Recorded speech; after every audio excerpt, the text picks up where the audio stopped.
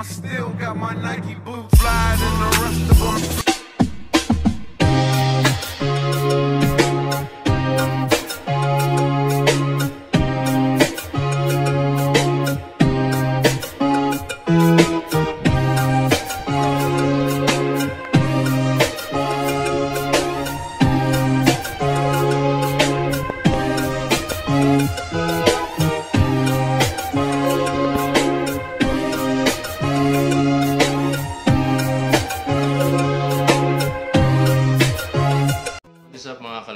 So, good morning sa atin lahat. So, for today's video, magkakabit tayo ngayon ng Hank chin mount para sa ating KYT R2R na helmet.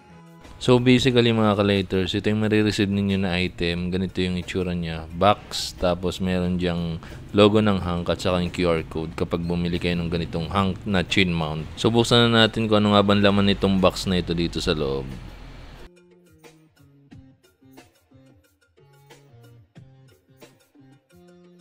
So, ito yung pinakanlaman ng loob ng box na makikita nyo pag nag-open na tayo, nag-unbox. So, ito yung item, yung product ng Hank. So, meron siyang sticker sa labas na Hank.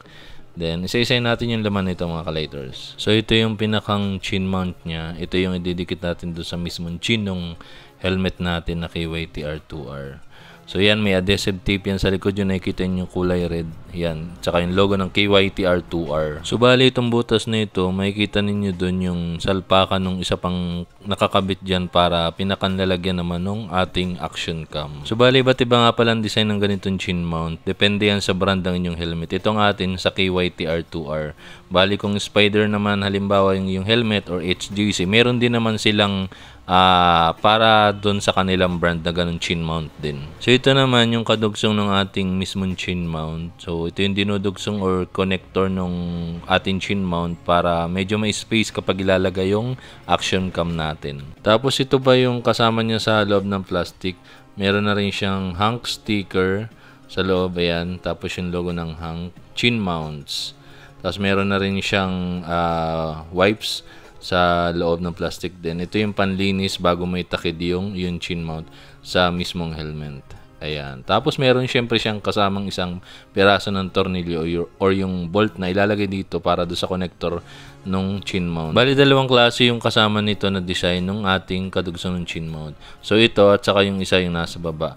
So ikaw nang bahala niya, nasa yan kung alin ang gusto mong design na ikakabit dun sa mismong chin mount. So ito yung napili natin na ikakabit dito sa mismong chin mount natin. Ayan, isasalpak mo lang yan dyan. Tapos, ilalagay na natin dito sa butas yung ating kanyang pinakang kasamang tornilyo or yung bolt. Tapos, dito naman sa may unahan yung kanyang mismong action cam ikakabit. Ito namang nasa may part na likod ng kulay red, yan yung ididikit natin na sticker para lumapat dun sa mismong chin ng ating helmet. Para nga pala dun sa may mga hindi nakakaalam ang purpose nitong chin mount na ito. So, ito po yung nilalagay natin dun sa may mismong baba ng helmet or dinidikit para pwede siyang paglagyan ng isang uri ng camera para kung sakaling nagmo-motor habang naka-helmet, pwede ka pong gumawa ng isang video or gumawa ng memory film para sa yung personal na video. Nasa yun kung personal or for vlogging or anything for memories, kayong bahala. Kaya ito dinesign para sa helmet. So ganito yung kanyang magiging design kapag ilalagay natin yung action cam. Itong nasa kaliwa na hawak ko, so ito na yung pinakang camera niya, yung action cam. At dito siya isasalpak sa may butas na ito, itong dalawa. So yan, ito namang nasa ibaba, yan yung ilalagay natin dito sa may unahan ng chin mount. Yan, ganyan po ang design yan kapag nakalagay na yung ating action camera. Tapos ito naman yung pinakamagsisilbing lock niya dito sa action cam at saka sa chin mount natin para mas matibay yung kapit ng action cam dito sa baba. So yan, tapos na. Pwede na natin siyang ikabit. Ready to use na yan after nating may kabit. Another one thing nga pala, itong kasama na ito na maliit, yung may trim sticker na yan. Siya yung magsisilbing pinakang support. So bali may tali yan. Ikakabit lang yan dito sa butas na nakikita natin dito sa chin mount. So pag naitali mo na yan, medyo napagbuhol mo ng konti.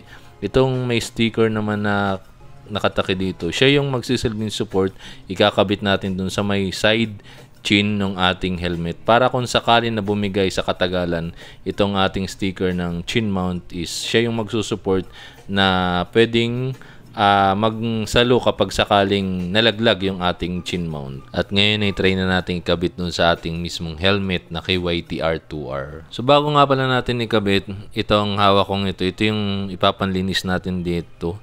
So yung wet na wipes ipupunas muna natin dito sa mismong chin para malinis siya bago itakid yung ating chin mount. So after nung wet na wipes, ito naman dry para medyo matuyo yung kanyang pinagpunasan kasi medyo basa-basa ng konti para malinis. So tutuyuin naman natin itong dry na wipes. So after na nating mapunasan, malinisan, eto na, ikakabit na natin yung chin mount dito sa ating KYT R2R.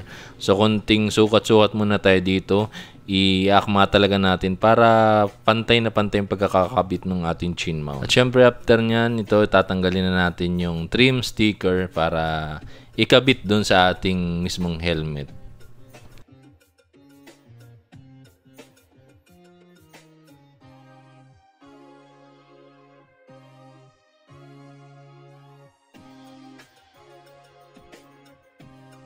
So pag nailagay na natin yung ating chin mount, nakadikit na siya. So ito naman yung kakabit natin, yung connector niya. So yan, isasalpak natin dito sa chin mount para mailagay na rin natin yung ating camera. Syempre after nyan mailagay, ikakabit naman natin yung ating bolt, ito, tornilyo, para fix na fix talaga yung ating chin mount doon sa ating pagkakabitan ng ating action cam.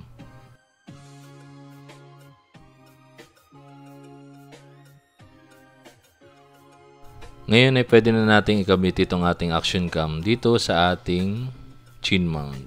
So ganito yan, magiging design niya kapag nakakabit. Pero bago ang lahat, ilalagay muna natin itong pinakang lock niya, yung may thread. So yan, ikot-ikot lang para may fix natin yung ating action cam. Para hindi nalalaglag at hindi siya nakikibo. Pero pwede mo rin i-adjust yan kung ano yung ayon dun sa bigat ng helmet mo sa ulo kapag nakalagay na yung ating action cam.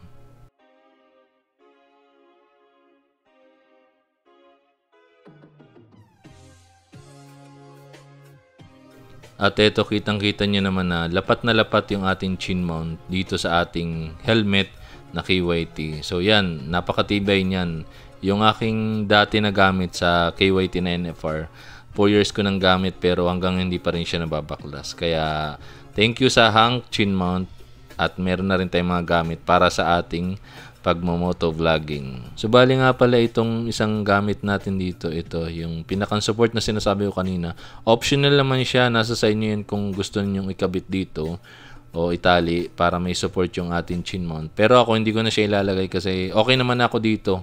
Subok ko naman yung tibay nitong Hank chin mount na ito. So yun mga ka-lighters, hanggang dito na lang ang ating video for today. So yun ay kabit na natin yung ating chin mount na pinaglalagyan na ating action cam na GoPro. At yun, ready to use na itong ating helmet para kapag meron tayong lakad na ulit, makakapag motovlogging na tayo, makakapag-setup na tayo ng filmmaking, makakapagawa na tayo ng mga video at saka memories natin na gusto nating gawin habang nagmumotor tayo o nagta-travel. So yun lang, this Dutch Light, and please follow my FB page at Dutch Light and my YouTube channel, Dutch Light Motovlog.